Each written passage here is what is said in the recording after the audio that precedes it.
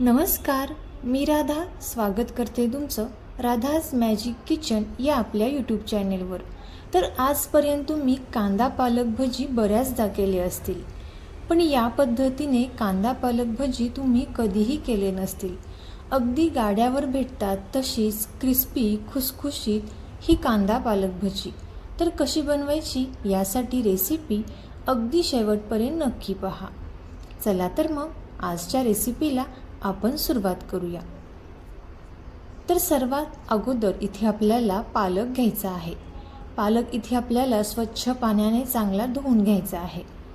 आता पालक चांगला स्वच्छ पाण्याने धुवून घेतल्यानंतर इथे आपल्याला हा बारीक असा चिरून घ्यायचा आहे।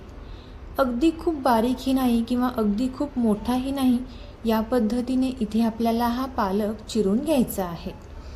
तोपर्यंत जर तुम्ही आपल्या चॅनेलवरती नवीन आला असाल तर नक्कीच आपल्या चॅनेलला सबस्क्राईब करा आणि सबस्क्राईबच्या पुढचे बेल आयकॉनचे बटन दाबा, जेणेकरून इथून पुढच्या छान छान रेसिपीज सर्वात अगोदर तुम्हाला पाहायला भेटतील। आता इथे आपण या पद्धतीने हा पालक चिरून घेतलेला आहे आणि याच प्रकारे इथे आपण बाकीचा सुद्धा राहिलेला पालक चिरून घेतलेला आहे। आता हा चिरून घेतलेला पालक आपण एका साईडला ठेवून देणार आहोत। यानंतर इथे आपण एका बाउलमध्ये 2 मोठ्या आकाराचे कांदे चिरून घेतलेले आहेत। आता हे कांदे चिरून घेतलेले आहेत ते आपल्याला हाताच्या साहाय्याने या पद्धतीने मोकळे करून घ्यायचे आहेत। आता हा संपूर्ण कांदा इथे आपण या पद्धतीने मोकळा करून घेतलेला आहे। आपण तो एका साईडला ठेवून देऊयात। यानंतर 1 कप बेसनचं पीठ इथे आपण घेतलेलं आहे। यामध्ये अगदी थोडंसं पाणी घालायचं आहे। आता पाणी घातल्यानंतर हाताच्या साहाय्याने इथे आपल्याला हे पीठ चांगलं मिक्स करून घ्यायचं आहे। लक्षात ठेवा, इथे हे पीठ मिक्स करत असताना हाताच्या साहाय्यानेच करायचं आहे, जेणेकरून यामध्ये पिठाच्या गाठी राहणार नाहीत। आता आपल्याला ही प्रोसेस 5 ते 6 मिनिटांपर्यंत करायची आहे, जेणेकरून हे जे पीठ आहे ते हलकं असं छान होतं आणि अगदी फुलून येतं। आता 5 ते 6 मिनिटांपर्यंत इथे मी हे पीठ छान असं फुलवून घेते। सुरुवातीला इथे आपल्याला ही प्रोसेस आवर्जून करायची आहे। आता पाहू शकता, पीठ हे हलकं असं झालेलं आहे आणि छान असं फुलून देखील आलेलं आहे। आता सुरुवातीला यामध्ये आपल्याला आपण जो कांदा उभा चिरून घेतलेला आहे तो संपूर्ण कांदा इथे आपल्याला यामध्ये घालून घ्यायचा आहे। त्यानंतर बारीक चिरून घेतलेला पालक संपूर्ण यामध्ये घालून घ्यायचा आहे। आता यानंतर यामध्ये आपल्याला एक अर्धा चमचा ओवा हाताच्या साहाय्याने चोळून यामध्ये घालायचा आहे।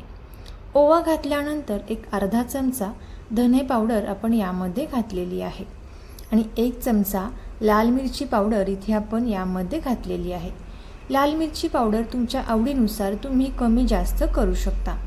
चवीनुसार मीठ सुद्धा आपण यामध्ये घातलेलं आहे आणि सर्वात शेवटी यामध्ये आपल्याला 4 ते 5 चमचे तांदळाचं पीठ घालायचं आहे।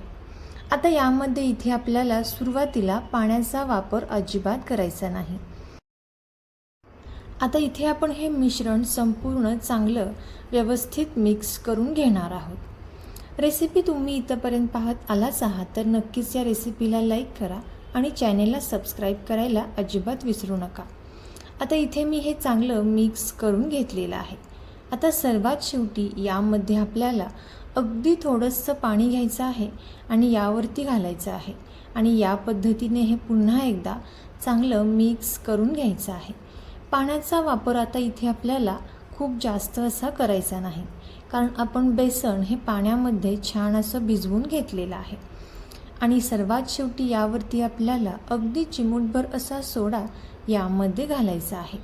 सोडा घातल्यानंतर पुन्हा एकदा आपण हे चांगलं मिक्स करून घेणार आहोत। आता सोडा घालण्या अगोदर सगळ्यात महत्त्वाची टीप म्हणजे गॅसवरती आपल्याला कढईमध्ये तेल छान गरम करण्यासाठी ठेवायचं आहे। तेल छान कडकडीत गरम होईपर्यंत इथे आपण यामध्ये सोडा घालून हे मिश्रण चांगलं मिक्स करून घ्यायचं आहे। आता सोडा घातल्यानंतर लगेचच इथे आपल्याला भजी करायला घ्यायचे आहेत। आता इथे तेलसुद्धा छान असं गरम झालेलं आहे। यामध्ये आपण हे भजी सोडून घेणार आहोत। इथे तुम्ही तुम्हाला हव्या त्या साईजचे हव्या त्या आकाराचे भजी तेलामध्ये सोडू शकता।